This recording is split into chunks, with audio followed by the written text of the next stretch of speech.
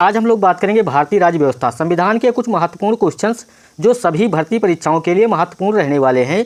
तो आप लोग इस वीडियो को पूरा एंड लास्ट तक देखिए। इस वीडियो में जो क्वेश्चंस लिए गए हैं संविधान के, वो पिछली परीक्षाओं में पूछे गए सभी क्वेश्चंस हैं। जो भी SSC, MTS, CHSL, CGL, UP SSC, pet, BPSC, UPP and जितने ऑल ओवर इंडिया में एग्जाम है सभी परीक्षाओं से लिए गए क्वेश्चंस है। आने वाली परीक्षाओं के लिए बहुत ही महत्वपूर्ण क्वेश्चंस रहने वाले हैं। तो सभी लोग इस वीडियो को पूरा देखें, लास्ट तक देखें। पहला प्रश्न क्या दिया गया है? 29 अगस्त 1947 को किसकी अध्यक्षता में संविधान सभा ने प्रारूप समिति का गठन किया था? ऑप्शन दिया गया है doctor Bhimrao Ambedkar, option B Pandit Jawaharlal Nehru, option C BL मिल्लेर, option D N Gopal Swami Ayyangar. तो सही उत्तर इसमें क्या होगा? सही उत्तर होगा option number A, doctor Bhimrao Ambedkar. 29 अगस्त 1947 को डॉक्टर भीमराव अंबेडकर की अध्यक्षता में संविधान सभा ने प्रारूप समिति का गठन किया था।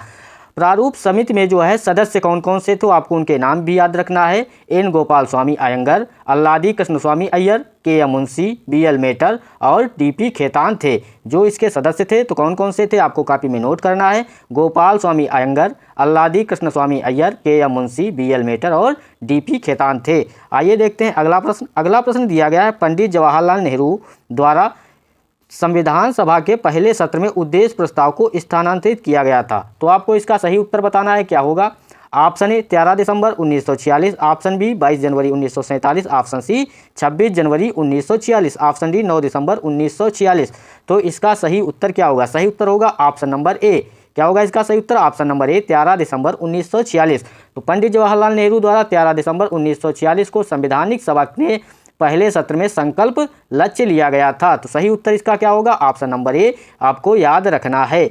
इस संकल्प में मुख्य उद्देश्य क्या क्या थे? तो मुख्य उद्देश्य थे राष्ट्र की एकता को बढ़ावा देना और उसकी आर्थिक और राजनीतिक सुरक्षा सुनिश्चित करना, केंद्र और राज्यों के बीच शक्तियों के वितरण के साथ सरकार का एक संघीय रूप होना, न्याय की गारंटी और सुरक्षित करने के लिए अल्पसंख्यकों की पर्याप्त सुरक्षा प्रदान करना, इस जो है संकल्प के मुख्य उद्देश्य थे। अगला प्रश्न, आपको यह वीडियो जो है लाइक कर लेना और चैनल को सब्सक्राइब भी कर लेना है। आइए देखते हैं अगला प्रश्न दिया गया है भारत के संविधान का मूल दस्तावेज।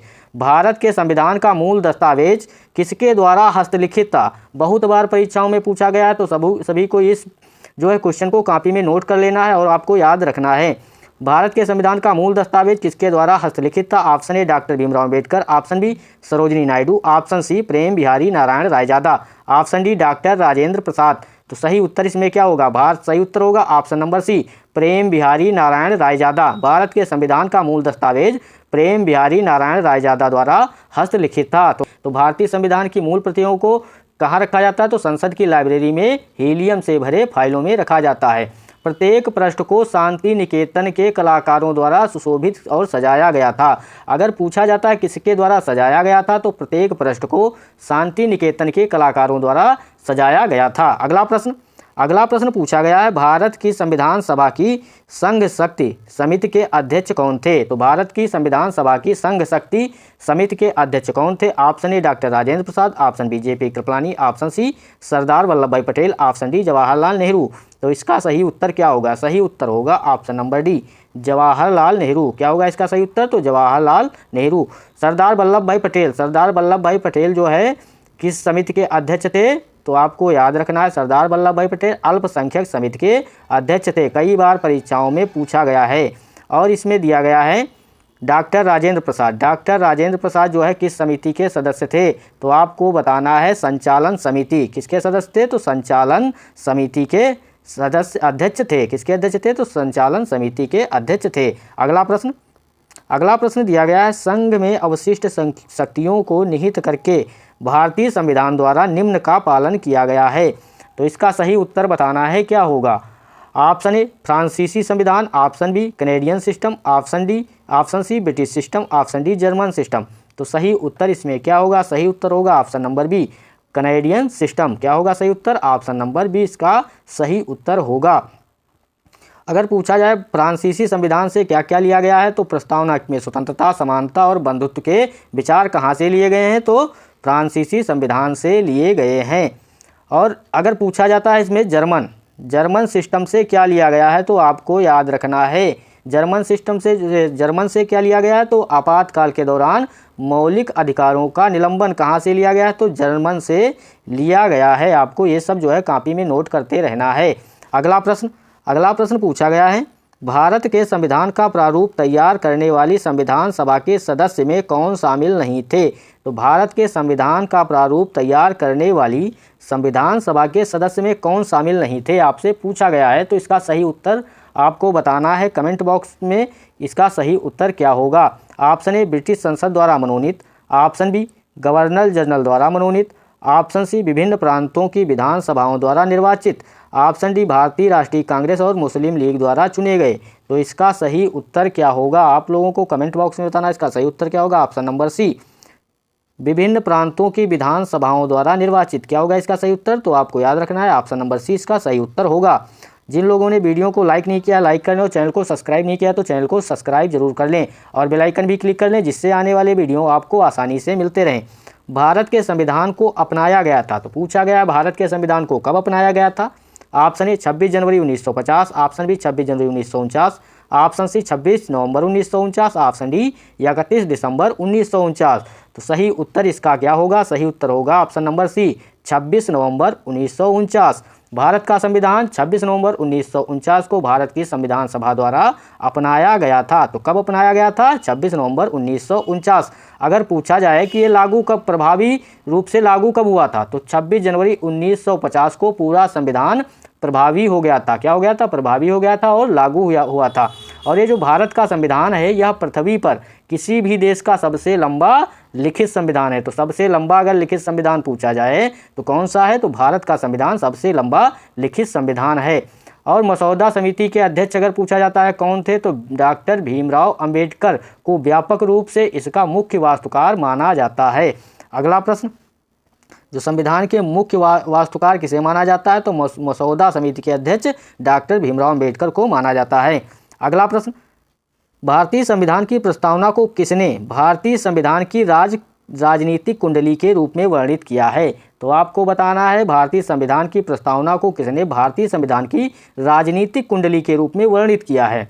Option A Thakurdas Bhargava, option B Kanhaiyalal Maniklal Munshi, option C N.A. Palkhivala, option B D Bhimrao Ramji Ambedkar. तो सही उत्तर इसमें क्या होगा? सही उत्तर होगा option number B, Kanhaiyalal Maniklal Munshi. भारतीय संविधान की प्रस्तावना को भारतीय संविधान की राजकुंडली किसने कहा है? तो कन्हैयालाल मणिकलाल मुंशी ने कहा है। अगला प्रश्न, भारतीय संविधान ने संविधान कब अपनाया था? भारतीय संविधान सभा ने संविधान कब अपनाया था पूछा गया है। ऑप्शन ए 26 नवंबर 1949, ऑप्शन बी 26 जनवरी 1950, ऑप्शन सी 26 नवंबर 1950, ऑप्शन डी 26 जनवरी 1949। तो सही उत्तर क्या होगा? सही उत्तर होगा ऑप्शन नंबर ए, 26 नवंबर 1949। भारतीय संविधान सभा ने संविधान को कब अपनाया था? तो 26 नवंबर 1949। और पूर्ण रूप से लागू कब हुआ था? तो 26 जनवरी 1950 को पूर्ण रूप से लागू हो गया था। तो आपको ये सब याद रखना है। प्रश्न पूछा गया है, निम्नलिखित में से किस शब्द को भारतीय मूल संविधान की प्रस्तावना में शामिल नहीं किया गया था? तो आपको बताना है किस शब्द को भारतीय मूल संविधान की प्रस्तावना में शामिल नहीं किया गया था। ऑप्शन ए समाजवादी, ऑप्शन बी पंथनिरपेक्ष, ऑप्शन सी अखंडता, ऑप्शन डी उपरोक्त सभी। तो सही उत्तर इसमें क्या होगा? सही उत्तर होगा ऑप्शन नंबर डी, उपरोक्त सभी। समाजवादी, पंथनिरपेक्ष, अखंडता को भारतीय मूल संविधान की प्रस्तावना में शामिल नहीं किया गया था। तो यह कब जोड़ा गया था? 42वें संविधान संशोधन ने भारत के वर्णन को संप्रभु लोकतांत्रिक गणराज्य में संप्रभु समाजवादी पंथनिरपेक्ष लोकतांत्रिक गणराज्य में बदल दिया और राष्ट्र की एकता शब्दों को राष्ट्र की एकता और अखंडता में भी बदल दिया था। अगला प्रश्न, सही उत्तर ऑप्शन डी।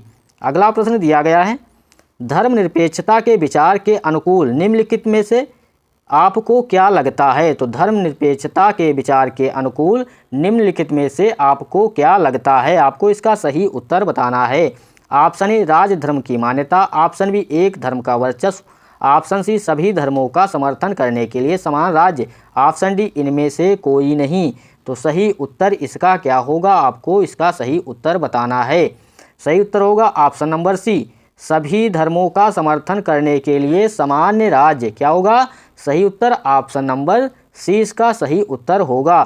तो धर्मनिरपेक्षता एक सिद्धांत है जो बताता है कि धर्म को जीवन के सामाजिक, राजनीतिक, आर्थिक और सांस्कृतिक क्षेत्रों से अलग रखा गया है। यह सभी धर्मों के अनुयायियों के लिए समान अवसर प्रदान करता है और कहता है कि धर्म के आधार पर कोई भेदभाव और पक्षपात नहीं होना चाहिए। आपको याद रखना है, सही उत्तर ऑप्शन नंबर सी होगा।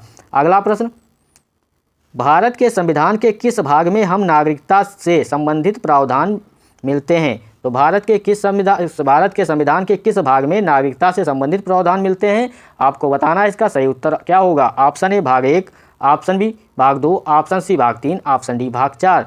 तो सही उत्तर इसमें क्या होगा? सही उत्तर होगा ऑप्शन नंबर बी, भाग 2 में जो है नागरिकता से संबंधित प्रावधान मिलते हैं। जो ये नागरिकता है तो किस अनुच्छेद से किस अनुच्छेद तक थे? तो अनुच्छेद 5 से 11 तक जो है क्या दिया गया है? नागरिकता से संबंधित अनुच्छेद हैं। अगला प्रश्न, कोई भी व्यक्ति भारत का नागरिक नहीं होगा यदि वह, कोई भी व्यक्ति भारत का नागरिक नहीं होगा यदि वह 5, ऑप्शन ए दिया गया 5 वर्ष से अधिक समय तक विदेश में रहा हो। ऑप्शन बी, एक विदेशी न्यायालय द्वारा दोषी ठहराया गया हो। ऑप्शन सी, स्वेच्छा से किसी दूसरे देश की नागरिकता प्राप्त कर ली हो। ऑप्शन डी, दूसरे देश में रोजगार स्वीकार कर लिया हो।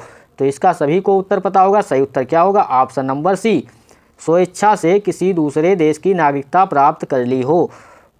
कोई भी व्यक्ति को जो है भारत की नागरिकता नहीं होगी यदि वह स्वेच्छा से किसी दूसरे देश की नागरिकता प्राप्त कर लेता है तो उसे भारत की नागरिकता नहीं दी जाएगी। सही उत्तर क्या होगा? ऑप्शन नंबर सी।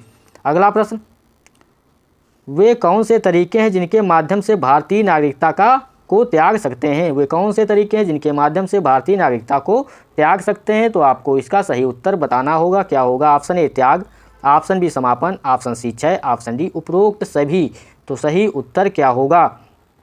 सही उत्तर होगा ऑप्शन नंबर डी, उपरोक्त सभी। उपरोक्त सभी तरीकों से त्याग, समापन और क्षय के माध्यम से भारतीय नागरिकता को त्याग सकते हैं। नागरिकता अधिनियम 1955 उन तरीकों को छोड़ता है जिनके द्वारा एक भारतीय नागरिक, चाहे वह संविधान के प्रारंभ में या उसके बाद का नागरिक हो, अपनी नागरिकता खो सकता है। ये है त्याग, समापन और क्षय से। अगला प्रश्न दिया है, भारतीय संविधान के कौन से अनुच्छेद नागरिकता से संबंधित हैं? तो आपको बताना है भारतीय संविधान के कौन से अनुच्छेद नागरिकता से संबंधित हैं। ऑप्शन ए अनुच्छेद 3 से 10, ऑप्शन बी 4 से 11, ऑप्शन सी 5 से 11, ऑप्शन डी 6 से 11। तो सही उत्तर होगा ऑप्शन नंबर सी, 5 से 11। अनुच्छेद 5 से 11 नागरिकता से संबंधित अनुच्छेद हैं। अगला प्रश्न पूछा गया है, प्राकृतिकरण के माध्यम से नागरिकता प्राप्त करने का आधार है। तो प्राकृतिकरण के माध्यम से नागरिकता प्राप्त करने का आधार है। और यह वीडियो आपके लिए बहुत ही महत्वपूर्ण रहने वाला है। अगर आप कोई भी परीक्षा देने जाते हैं, अगर उसमें पॉलिटी के क्वेश्चन पूछे जाते हैं तो आपके लिए यह वीडियो बहुत ही महत्वपूर्ण रहने वाला है। तो सभी लोग इस वीडियो को लाइक करें, चैनल को सब्सक्राइब जरूर कर लें, बेल आइकन भी क्लिक कर लें, जिससे आने वाले वीडियो आपको आसानी से मिलते रहें। ऑप्शन ए जन्म, ऑप्शन बी चयन, ऑप्शन सी जबरदस्ती, ऑप्शन डी वंशानुगत। और इस वीडियो में जो भी क्वेश्चंस लिए गए हैं वो सभी प्रीवियस ईयर परीक्षाओं से पूछे गए क्वेश्चंस लिए गए हैं। कोई भी क्वेश्चन फर्जी नहीं लिया गया है, सभी क्वेश्चन किसी न किसी एग्जाम में पूछे गए क्वेश्चंस हैं। तो सही उत्तर होगा ऑप्शन नंबर बी चयन। प्राकृतिकरण के माध्यम से नागरिकता प्राप्त करने का आधार क्या है? तो सही उत्तर इसमें क्या होगा? ऑप्शन नंबर बी चयन होगा। क्या होगा सही उत्तर? ऑप्शन नंबर बी इसका सही उत्तर होगा।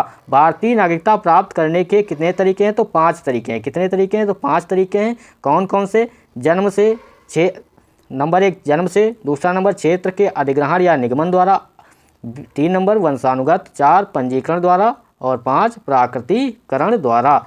सही उत्तर क्या होगा? ऑप्शन नंबर बी इसका क्या होगा? सही उत्तर होगा ऑप्शन नंबर 20 का सही उत्तर होगा। प्राकृतिकरण द्वारा कैसे नागरिकता प्राप्त की जाती है? केंद्र सरकार को आवेदन देकर नागरिकता प्रदान की जाती है। किसी व्यक्ति को नागरिकता प्राप्त करने के लिए इस अधिनियम की तीसरी अनुसूची के मानदंडों को पूरा करना होगा। अगला प्रश्न पूछा गया, भारत के संविधान सभा का विचार सबसे पहले किसके द्वारा प्रस्तावित किया गया था? तो भारत के संविधान सभा का विचार सबसे पहले किसके द्वारा प्रस्तावित किया गया था? पूछा गया है, आपको इसका सही उत्तर बताना है। क्या होगा? Option A doctor Bhimrao Ambedkar, option B Jawaharlal Nehru, option C M N. Roy, option D Mahatma Gandhi. तो सही उत्तर इसका क्या होगा? सही उत्तर होगा option number C M N. Roy. Bharat के संविधान सभा का विचार सबसे पहले एम.एन. रॉय द्वारा प्रस्तावित किया गया था। सही उत्तर क्या होगा? ऑप्शन नंबर सी इसका सही उत्तर होगा। अगला प्रश्न, हमारी प्रस्तावना में निम्नलिखित में से कौन सा शब्द का अर्थ आचरण करना जैसे हम एक ही परिवार के सदस्य हैं? तो आपको इसका सही उत्तर बताना है क्या होगा। हमारी प्रस्तावना में निम्नलिखित में से कौन सा शब्द का अर्थ है कि आचरण करना जैसे हम एक ही परिवार के सदस्य हैं। ऑप्शन ए न्याय, ऑप्शन बी लोकतंत्र, ऑप्शन सी बंधुत्व, ऑप्शन डी समानता। तो सही उत्तर इसमें क्या होगा, ऑप्शन नंबर सी बंधुत्व। बंधुत्व का अर्थ क्या है, सही उत्तर इसमें ऑप्शन नंबर सी होगा बंधुत्व। बंधुत्व का अर्थ क्या है, भाईचारे की भावना। क्या होगा सही उत्तर, ऑप्शन नंबर सी बंधुत्व। बंधुत्व का अर्थ है भाईचारे की भावना। संविधान एकल नागरिकता की प्रणाली द्वारा भाईचारे की इस भावना को बढ़ावा देता है। साथ ही मौलिक कर्तव्य अनुच्छेद 51 ये कहता है कि यह भारत के प्रत्येक नागरिक का कर्तव्य होगा कि वह भारत के सभी लोगों के बीच सौहार्द और सामान्य भाईचारे की भावना को बढ़ावा दे। तो कौन सा अनुच्छेद कहता है, 51 ये कहता है कि यह भारत के प्रत्येक नागरिक का कर्तव्य होगा कि वह भारत के सभी लोगों के बीच सौहार्द और सामान्य भाईचारे की भावना को बढ़ावा दे। तो सही उत्तर ऑप्शन नंबर सी होगा। अगला प्रश्न पूछा गया है, भारत का संविधान भारत को किस रूप में वर्णित करता है। तो आपको इसका सही उत्तर बताना है क्या होगा। ऑप्शन ए दिया गया है राज्यों का संघ, ऑप्शन बी अर्धसंघीय, ऑप्शन सी राज्य और केंद्र शासित प्रदेशों का एक महासंघ, ऑप्शन डी एक एकात्मक राज्य। तो भारत का संविधान भारत को किस रूप में वर्णित करता है आपको बताना है। सही उत्तर क्या होगा, ऑप्शन नंबर ए राज्यों का संघ। क्या होगा सही उत्तर, ऑप्शन नंबर ए इसका सही उत्तर होगा। अगला प्रश्न दिया गया है, निम्नलिखित युग्मों का मिलान कीजिए। तो आपको इसमें निम्नलिखित युग्मों का मिलान करना है। अनुच्छेद दिए गए हैं, एक तरफ प्रावधान दिए गए हैं, तो आपको इसका सही मिलान करना है। इसका सही उत्तर क्या होगा, आपको जल्दी से इसका सही उत्तर बताना है क्या होगा। तो सही उत्तर क्या होगा, ऑप्शन ए, ऑप्शन बी या ऑप्शन सी या ऑप्शन डी।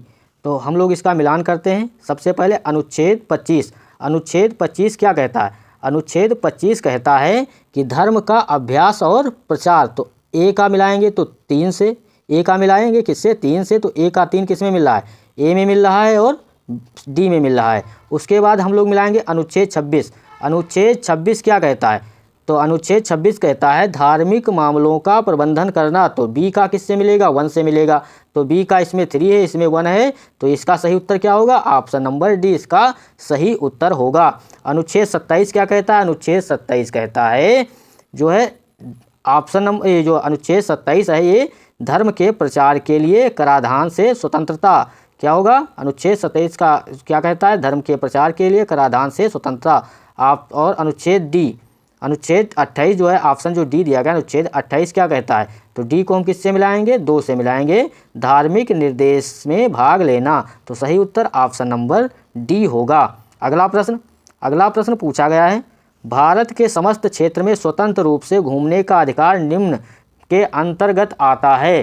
तो भारत के समस्त क्षेत्र में स्वतंत्र रूप से घूमने का अधिकार किस अनुच्छेद के अंतर्गत आता है आपको बताना है। ऑप्शन ए अनुच्छेद 14, ऑप्शन बी अनुच्छेद 19, ऑप्शन सी अनुच्छेद 20, ऑप्शन डी अनुच्छेद 21। तो सही उत्तर क्या होगा, सही उत्तर होगा ऑप्शन नंबर बी अनुच्छेद 19 इसका सही उत्तर होगा।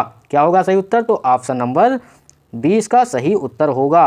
और जिन लोगों ने वीडियो को लाइक नहीं किया है तो लाइक कर लें और चैनल को सब्सक्राइब नहीं किया तो सब्सक्राइब जरूर कर लें। अनुच्छेद 19 सभी नागरिकों को 6 अधिकारों की गारंटी देता है। तो अनुच्छेद 19 जो है कितने अधिकारों की गारंटी देता है, तो 6 अधिकारों की गारंटी देता है। कौन कौन से, तो भाषण और अभिव्यक्ति की स्वतंत्रता का अधिकार, शांति प्रियता से बिना हथियार के इकट्ठा होने का अधिकार, सभा संघों या सहकारी समितियों के गठन का अधिकार, पूरे भारत में स्वतंत्र रूप से घूमने का अधिकार और भारत के किसी भी हिस्से में निवास करने और बसने का अधिकार, किसी भी पेशे को अपनाने या किसी व्यवसाय व्यापार या रोजगार को करने का अधिकार कौन देता है, तो अनुच्छेद 19 देता है। अगला प्रश्न, भारतीय संविधान के निम्नलिखित अनुच्छेदों में से कौन सा अंतःकरण की स्वतंत्रता प्रदान करता है।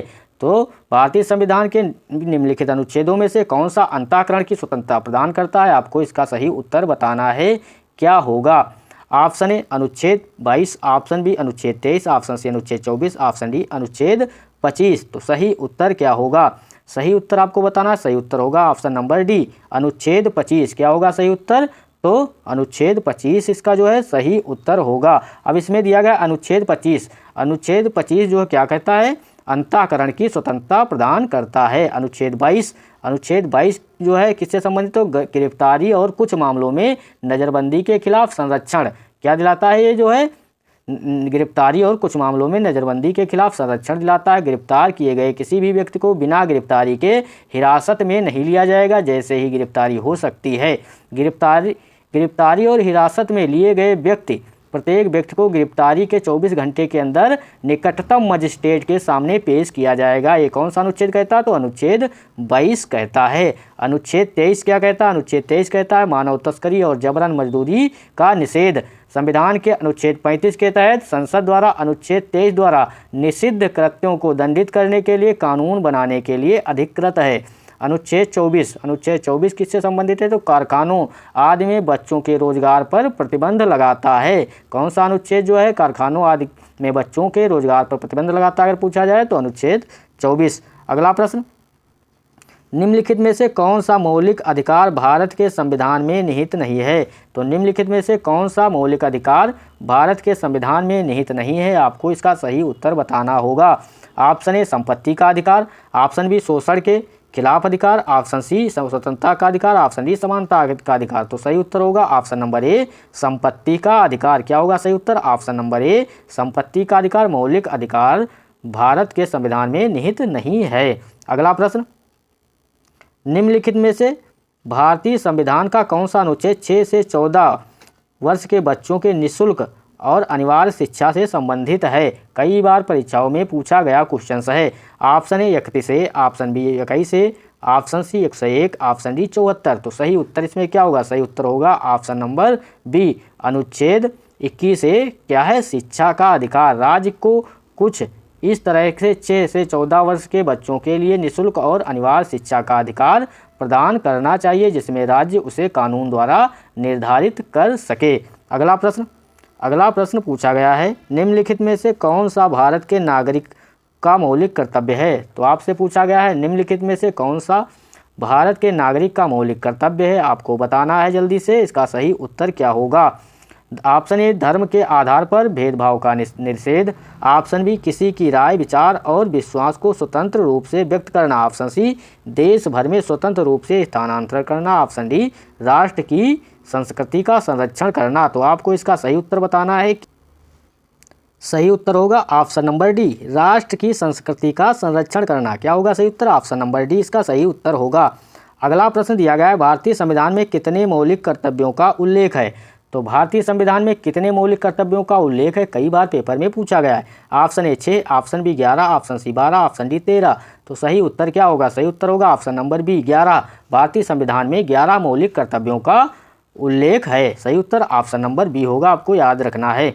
अगला प्रश्न, भारत के संविधान के अनुसार देश के शासन के लिए निम्नलिखित में से कौन सा मौलिक कर्तव्य है? तो भारत के संविधान के अनुसार देश के शासन के लिए निम्नलिखित में से कौन सा मौलिक है? ऑप्शन ए पूछा गया निम्नलिखित में से कौन सा मौलिक है? ऑप्शन ए मौलिक अधिकार, ऑप्शन बी मौलिक कर्तव्य, ऑप्शन सी नीति राज्य के नीति निर्देशक तत्व, ऑप्शन डी मौलिक अधिकार और मौलिक कर्तव्य। तो सही उत्तर क्या होगा? सही उत्तर होगा ऑप्शन नंबर सी राज्य के नीति निर्देशक तत्व।